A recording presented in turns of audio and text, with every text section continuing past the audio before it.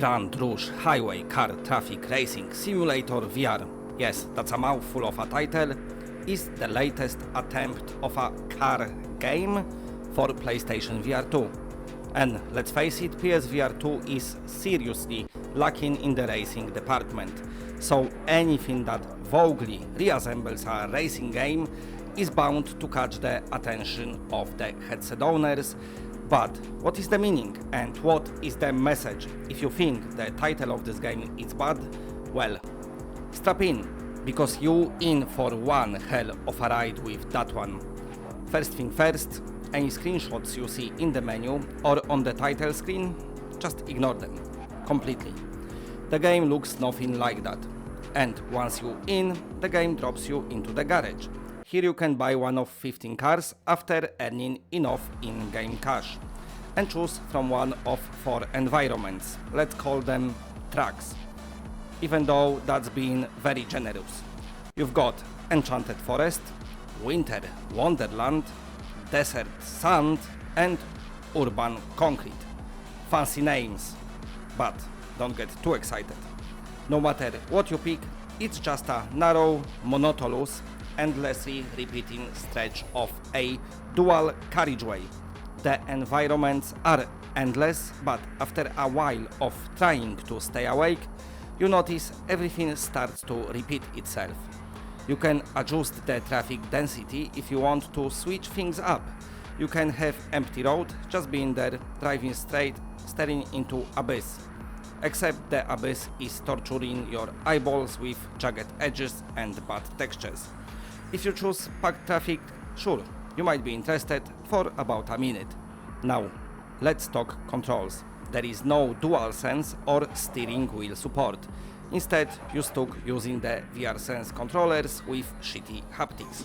You hold in your virtual steering wheel and pressing R2 button to accelerate or R1 to brake, praying you don't crash into the traffic while the car steers like a tank. Doesn't matter which car you pick, by the way, all handle like something out of Nightmare. You won't see any points while playing this game, so whenever you pull in some sick near misses or zipping past other cars, there is no way to know if you actually earning anything extra. The game just throws some points and cash at you at the end of a level, if you can call it that. The level only ends when you crash, by the way. Sounds fun, right? When you start the game, only the first environment is unlocked, but the game doesn't explain how to unlock the others. Thankfully, after 5 minutes of pure agony, they all magically unlock. So, small victories, I suppose. Visually, this game is an eyesore. The pop-in is massive, you get noticeable jagged edges in places, and the special effects, they are just non-existent. Everything has this cartoony, sterile look, and the lines on the road, they will blur if you look more than 20 feet ahead. You can drive during the day or during the night. Night gives you double points. You can also set traffic to flow in the same direction or make it bilateral. Some cars will put you on the right hand side and some are left hand side. Steering is always a surprise. Sound wise, the effects are generic, though they did make different cars sound, well, different.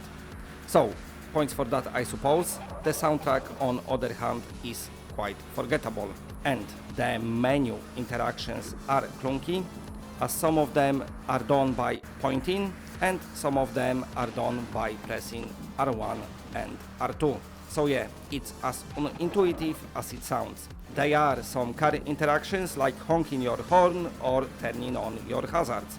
But with no driver avatars, it feels like you just this floating pair of hands in a world you rather not be in. Now, before I go, let's talk about the price. It's 9.99 quid here in UK, so it is cheap, and I give it credit for it being bug-free and stable. But what's here is boring, bland and bad. It feels like a mobile game slapped into VR with graphics that belong on the PlayStation 2. Nothing about this game gets you excited, and it's a stretch to even call it a racing experience. So, for the final score, a very generous 3 out of 10. It works for sure, but it's still a steaming pile of shit. And that's it. Bye.